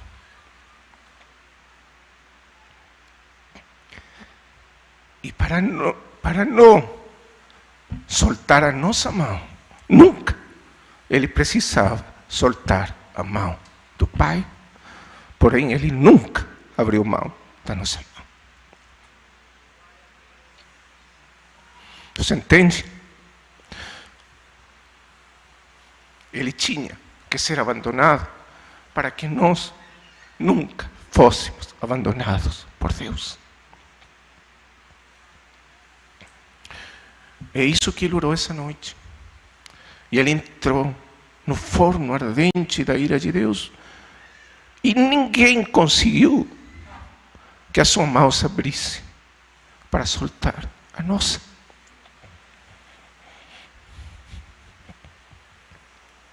Irmão, desculpa.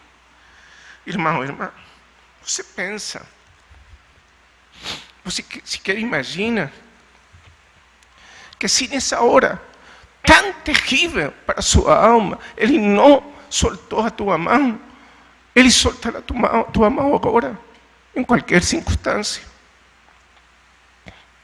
Não. Ele nunca abrirá mão das nossas mãos. Ele nos amou, como diz João, até o fim. Até o fim.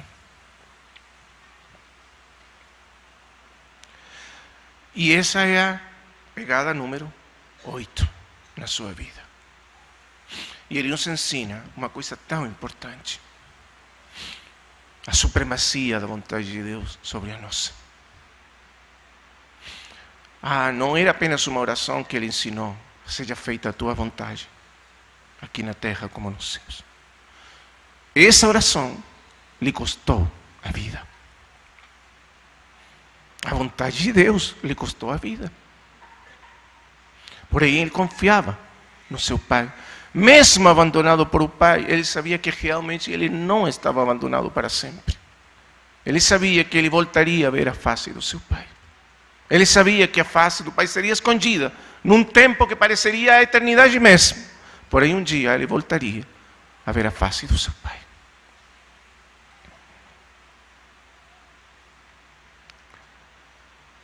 E ele nos ensina, irmãos amados, que se nós nos negamos a nós mesmos. Sabe o que é tão maravilhoso essa noite com o Senhor? Ele amou a seu pai até o fim. Amou a vontade do seu pai até custar a vida dele toda. E perder tudo o que ele tinha por amor a seu pai. E ele nos amou a nós da mesma maneira, até perder tudo o que ele tinha por amor de nós. Então ele amou supremamente o pai e amou supremamente as nossas vidas. A única coisa que ele não amou foi a sua própria vida.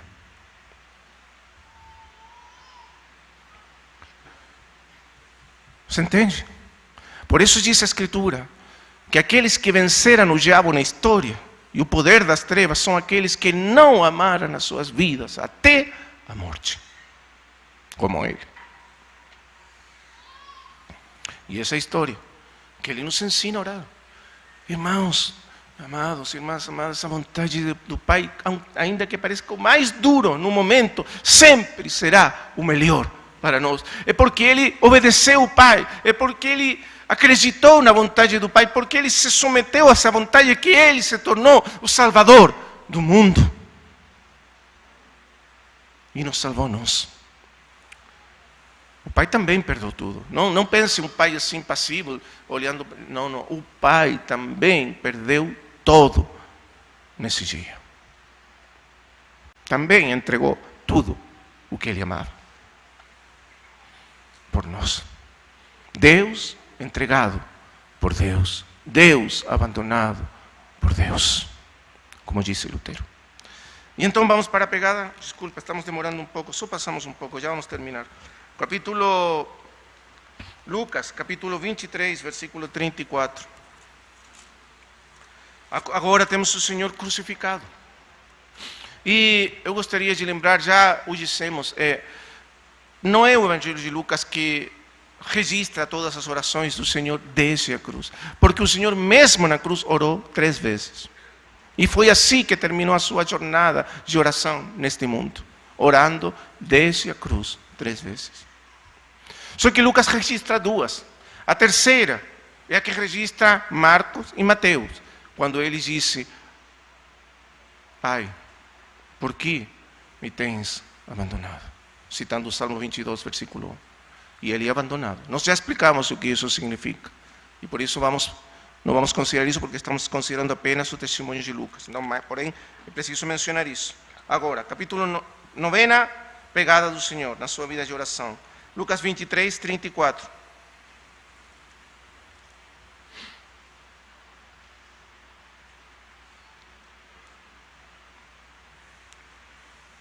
Versículo 33, vamos ler primeiro. Quando chegaram ao lugar chamado Calvário, allí o crucificaram bem com os malfeitores, um à direita, outro à esquerda. Contudo, Jesus dizia: Pai, perdoa-lhes, porque não sabem o que fazem. É uma oração do Senhor desde a cruz. Olha a oração do Senhor, olhe para ela. Nós estamos caminhando com Ele. Lembra o que Ele ensinou-nos a orar? Agora, é tão interessante ver que tudo o que Ele ensinou a orar aos discípulos, Ele orou também na sua vida. Ele diz: perdoa os nossos nossas dívidas, como também nós perdoamos aos nossos devedores. E aqui vemos a oração do Filho perdoando aos devedores dele. No momento mais terrível, sendo crucificado, rejeitado, cuspido, maltratado, malferido, furado pelos pregos, lá na cruz. E ele perdoa. Pai, perdoa-lhes.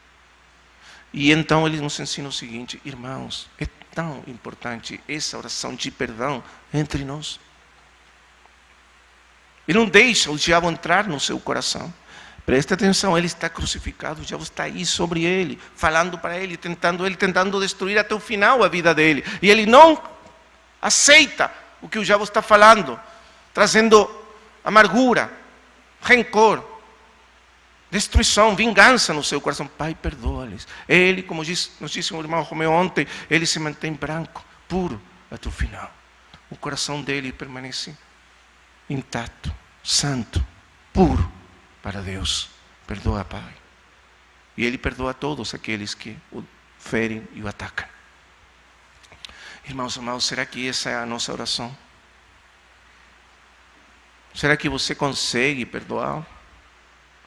Quantas vezes você foi ferido injustamente? Ou que você achou que é injusto? Quantas vezes você foi atacado injustamente? Você foi traído? Quantas vezes você sentiu tanta injustiça e você sentiu tanto direito à vingança? Não é? Você sentiu tanto direito a tomar represália e vingar-se do que está acontecendo, buscar a maneira de fazer justiça. Veja o Filho de Deus. Ele não faz justiça. Ele não exige vingança. Ele perdoa. E assim nos ensina que se nós quisermos caminhar com Deus, temos que aprender a perdoar sempre. Irmãos, eu já falei, quantas vidas de irmãos e irmãs destruídas por não perdoar. Quantas assembleias destruídas por falta de perdão. Que o Senhor nos ajude a caminhar com o Senhor nessa vida de devoção, porque isso faz parte da sua devoção para o Pai. Pai, perdoa. Porque Ele sabe que o desejo, a vontade do Pai é perdoar. É por isso que Ele pede o Pai perdoar. Porque Ele está morrendo precisamente para salvar aqueles que o crucificam e o rejeitam. E finalmente nós temos a última oração do Senhor. Chegamos no final, caminhando com Ele. A última, número 10, capítulo 23, versículo 46.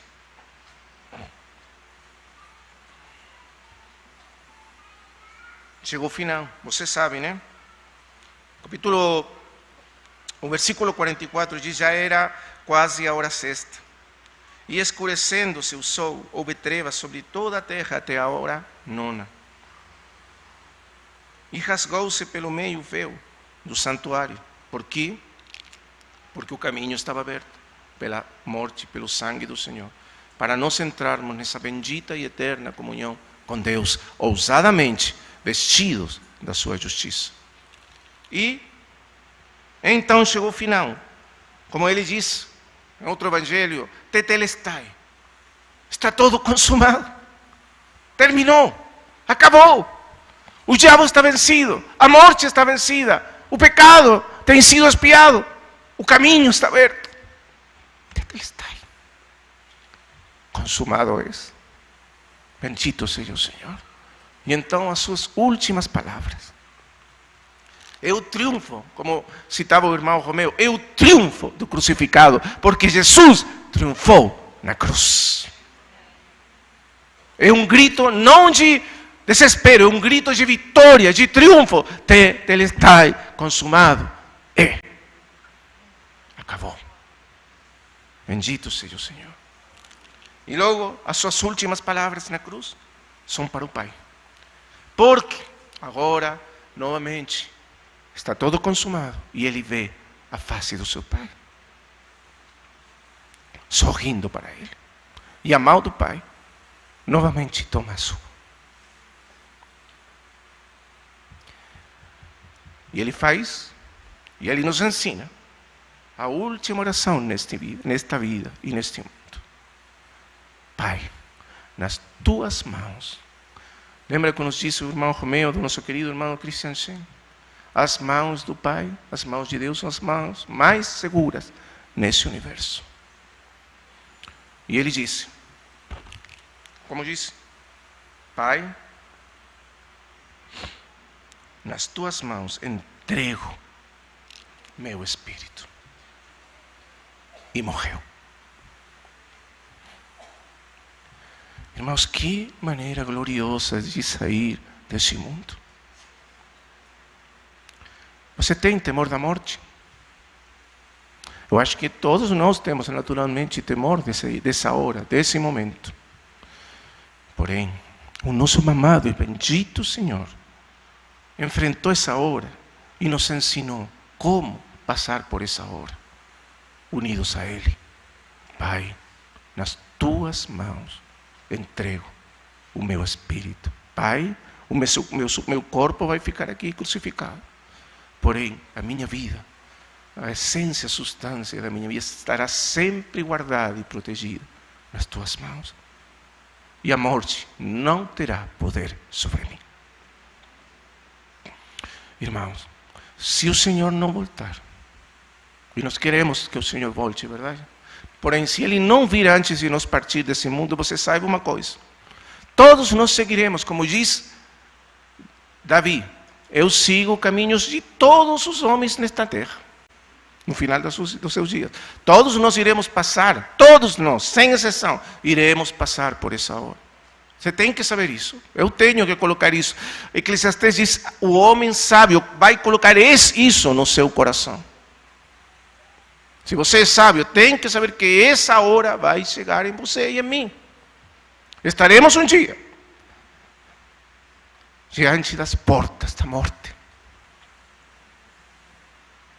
E esse dia, o Senhor nos ensinou a passar junto com Ele, unidos a Ele. Pai, nas tuas mãos entrego o meu espírito. O irmão querido, que o irmão Romeu já citou, John Owen, querido irmão, um teólogo, é considerado o maior dos teólogos puritanos lá pelo século XVI, XVII.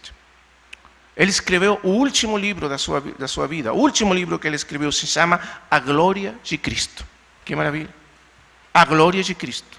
Ele já estava doente quando escreveu esse livro, doente da doença que iria terminar com a sua vida. Ele sabia que ele ia morrer dessa doença e escreveu aquele livro, As Glórias de Cristo, onde ele descreve, uma após outra, todas as glórias do nosso maravilhoso e bendito Senhor. E, na introdução do livro, ele diz o seguinte, eu escrevo esse livro sabendo que meus dias estão terminando. E eu sei, diz, que muitos de vocês têm temor da morte. Muitos crentes chegam no final dos seus dias achando que como se uma neblina escura rodeasse eles. Eles não sabem, chegam com muito medo, temor, incertidão, coisa assim, difícil. Diz. Porém, eu estou escrevendo esse livro para ajudar os irmãos que chegam ao final da sua vida. E o que eu vou fazer? Eu vou mostrar as glórias de Cristo de tal maneira que quando você chega no final, essa visão do Cristo glorioso sustente você para passar pela morte sem temor. É isso que ele fez no final, contemplando a glória do Senhor. Porque se nós sabemos, se nós realmente cremos, acreditamos, realmente estamos convencidos, estamos persuadidos de que a morte é a porta que nos abre o caminho aos braços do Pai, a face bendita do nosso glorioso Senhor, então como poderemos ter medo? Como poderemos ter medo se apenas fechemos os olhos nesse mundo, contemplaremos a sua face? Não deveríamos. O problema, diz, é que nós temos uma mirada tão borrosa, tão assim, pouco clara dele, é que nós temos temor da morte. Porém, o Filho de Deus, na hora final, ele via diante dele a face do Pai bendita. E ele sabia que quando ele fechasse os olhos, os braços do Pai o receberiam. E ele estava seguro nesses braços, eternamente. Que Que o Senhor nos ajude. Você viu então que temos a jornada total da vida do homem, nas pegadas do Senhor, na sua vida de oração, desde o começo lá no batismo até o final, lá na cruz. Ele abrange a nossa jornada. Ele se torna o caminho para nós caminharmos até o fim. Amém. Vamos orar ao Senhor. Amado Pai Celestial, somos tão gratos por esses dias, tão gratos por ouvir a Tua voz. É o que nós mais precisamos nesses dias, de trevas, de confusão, de tanta coisa ruim acontecendo ao nosso redor. Nós precisamos, sobre todas as coisas, ouvir a Tua voz, nos falando ao coração, nos consolando, nos confortando, nos animando, nos corrigindo, tudo, para nós crescermos segundo o Teu propósito e andar nesse caminho de vocação ascensional, de glória em glória, até chegarmos a ser como Tu és, Senhor, glorioso e maravilhoso. Nos ajuda, não apenas para caminhar os dias de glória, porém também para caminhar os dias de cruz, de padecimento, porque esses dias são necessários para que finalmente o Teu santo, glorioso e eterno propósito se realize plenamente em nós. Obrigado, Pai, no nome do Teu Filho Jesus Cristo. Amém.